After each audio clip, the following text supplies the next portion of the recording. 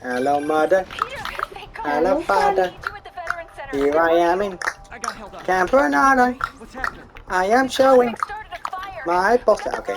Hello everyone. Welcome back to Marvel Reviews. This is the last one for now for the tier list, and then we'll probably do one final thing, or we'll just go over the whole thing as a whole.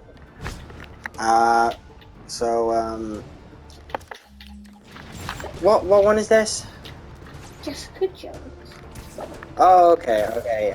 Jessica Jones. Okay, there is a season 3 to this. There's like 3 seasons. I haven't seen season 3. Lol. I need to watch it though. Yeah, I don't know. It just feels like a repeat of the first season from what I've seen. I don't know. Season 2 was alright. It had some cool parts. It was about Jessica Jones's past with her mother and stuff, but that was alright, but I'll go over series 1. Okay, David Tennant's in this as Kilgrave, and he is fucking amazing. Jessica Jones series 1 is a story about trauma and overcoming that. Well, at the same time, no, because she never really overcomes it in the first place. Okay, so the premise of the series is that you got Jessica Jones who lived in an ordinary family, but then a car accident happened, which basically killed everyone in her family apart from her. And the truck they crashed into had like chemicals in it that gave her her powers in the first place. And then just super strength and shit.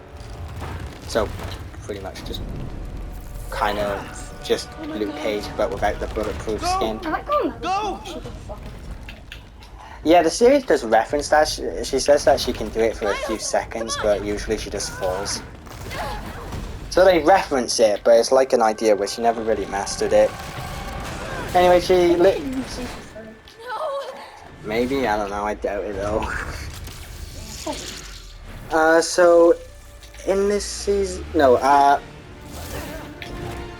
she ends up being raised by some rich mother whose daughter is like really popular because she's like an actress or singer or some shit, and that becomes a major deal throughout the whole show. But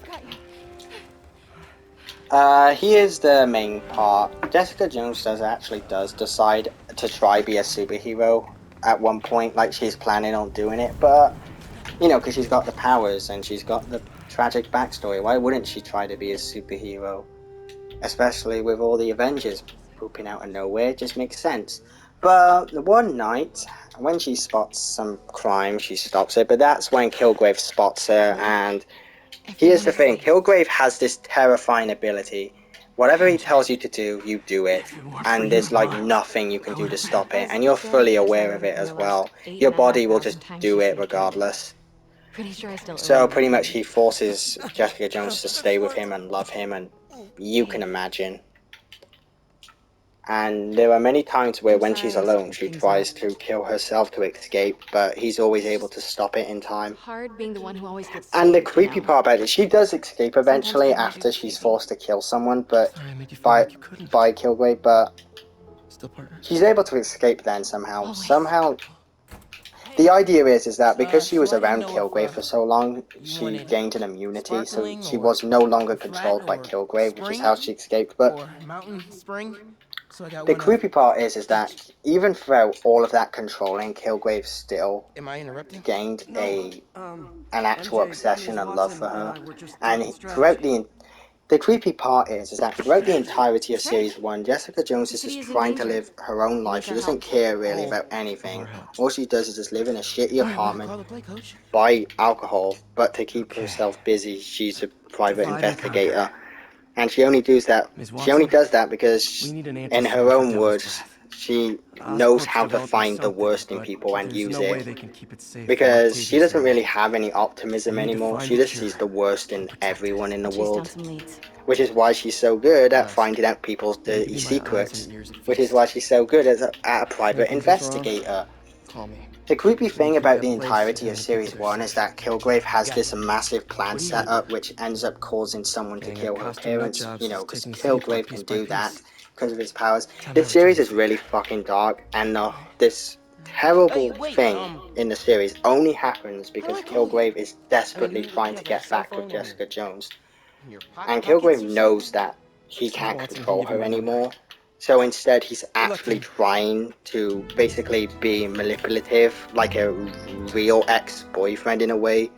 Like, he can't control her anymore, so he's trying other things, like saying, oh, if you don't be with me, I'll just kill this person, or something like that. But, and yeah, there is a point though where he does actually start saving people. Like Kilgrave actually uses his powers to help people, but he only does it to try and impress Jessica Jones. But that doesn't really work because you can kind of tell. Yeah, this series is dark because the scare.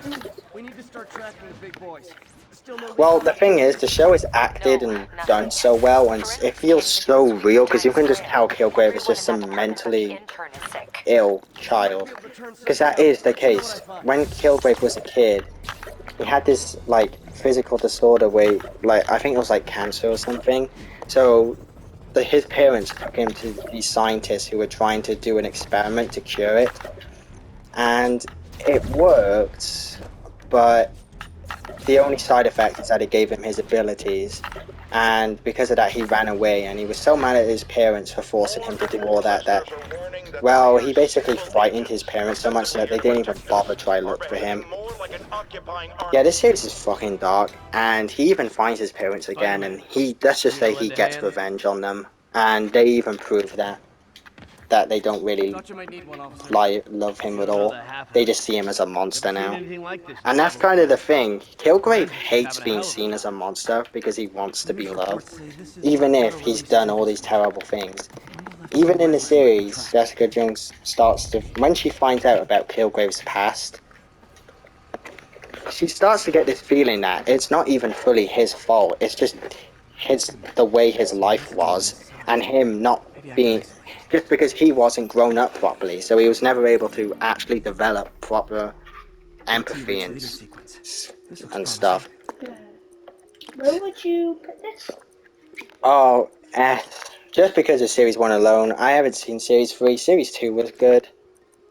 But yeah, this series is fucking dark. Like, unbelievably dark. So I can see why some people might not like it. Because this show goes hard into... This show literally goes hard into stuff like suicide and all that stuff. This is like this is the darkest thing in the MCU. I actually don't think Daredevil and Punisher is darker than this. Just because of Series 1 alone. Just because of what I've told you about the show. That's actually one thing. Not just gonna say now, this show is fully R-rated. Like, there are gruesome scenes. There are scenes where Kilgrave tells someone to stab themselves 1,000 times or something. There's a lot of that in there, and yeah, it's bloody as you would expect. And one of the most terrifying scenes is when he tells his dad to put his hand in a blender. But Kilgrave does tell him to stop on the last second just to make him frightened. Yeah, the series is pretty fucking scary. This is probably the most darkest and most terrifying thing in the MCU. This is actually a horror at times. And not because it does the horror tropes, jump scares and stuff, just because of how fucking dark it is and how every character feels real, so it feels more terrifying. I think one of the creepiest part as well is that one good character basically becomes a villain throughout the entire series just because of Kilgrave controlling him to become a psychopathic killer, but he can't even control what he's doing. This cop, who is actually a good guy, has been forced by Kilgrave to kill multiple people, and he remembers all of it, and yeah, it doesn't really go well for him when he's no longer in Kilgrave's control, because he basically got mind controlled into murdering multiple people. And that's another way how this show goes into suicide, I'll just say right now. Season 2 tries to be as good as Series 1 because it's a story about motherhood and abandonment. Because it's about Jessica Jones' mother returning and some shit like that, but it's alright, but honestly, I think it was kind of impossible for it to live up to how good the first season was. Season 1 isn't a show I'd say anyone could watch, though. I think this is the show that if You you're have to watch it when you're like about 16. something like this, yeah. This is the darkest thing in Marvel. Like, but not like I know there's a lot of comics that do this dark shit as well, but most of that is just trying to be edgy for the sake of being edgy. But this show actually is written well and directed well and all that stuff. And it takes every matter and topic seriously. Like, there's a character who literally there's like I don't want to go into it. And besides, I don't really want to spoil this either, to be honest, which is why I haven't really given too much context to the story itself.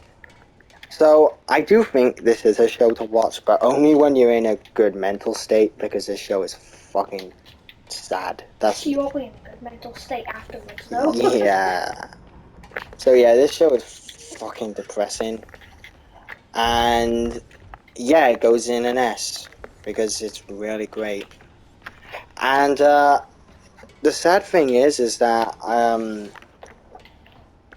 don't think Jessica Jones will ever join the proper MCU. Actually, she probably will, but there is no way at all she'll be as good as she was in Jessica Jones Series 1. Something like that is so dark that I'm surprised it's even on Disney Plus. Yeah, all the Netflix stuff got moved onto there. You could say that it's trying to say, yeah, it is canon now, but I highly doubt the series will even reference it fully. And Otto's developing an experimental treatment to save him.